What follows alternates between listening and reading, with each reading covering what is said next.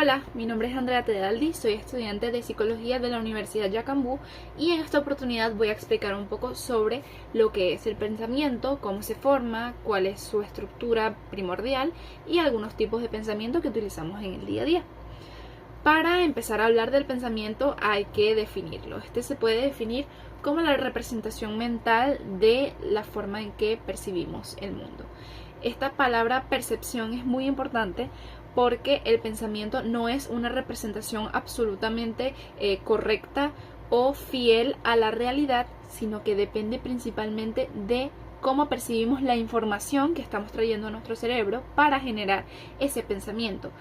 Pueden haber varias personas, por ejemplo, que experimenten un mismo suceso y van a tener un pensamiento totalmente diferente porque pudieron percibirlo de maneras distintas, ese suceso, o utilizaron algunos juicios o principios diferentes en su cerebro que los hacen ver las cosas de forma diferente.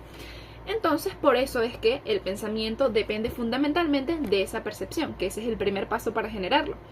En esta percepción pasamos esta información por ciertos filtros de atención, de qué tipo de estímulo es, cuál es el órgano sensorial que estamos utilizando para recibir esa información y enviarla al lóbulo correspondiente dependiendo del órgano. Luego de esto es que se empieza a procesar esta información. Luego de procesar la información generamos el concepto, la idea, el pensamiento y al final es que lo podemos expresar.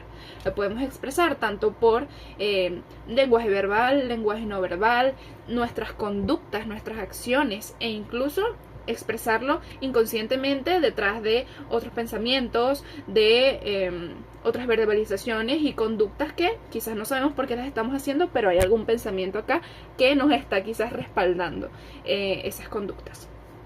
También tenemos que hablar un poco sobre la estructura del pensamiento, como les comenté al principio. Tenemos primeramente el concepto, que es esa estructura de la idea del fenómeno en sí. Luego del concepto viene el juicio. El juicio es las comparaciones entre varios conceptos para ir generando una idea. Luego del juicio tenemos también el razonamiento, en el cual se utilizan varios juicios para generar una conclusión lógica sobre alguna cuestión en específico.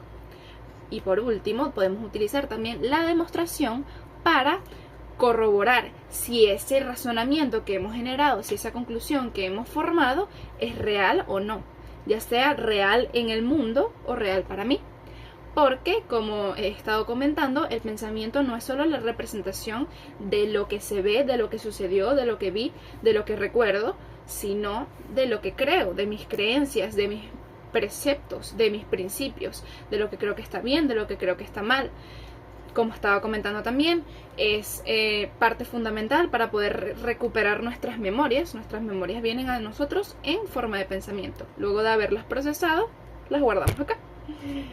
Entonces, también tenemos algunos tipos de pensamiento que utilizamos usualmente. Por ejemplo, está el pensamiento concreto, que se trata de cosas tangibles, de cosas reales que quizás podemos observar o ver o experimentar. Pero también podemos, por el otro lado, ver el pensamiento abstracto.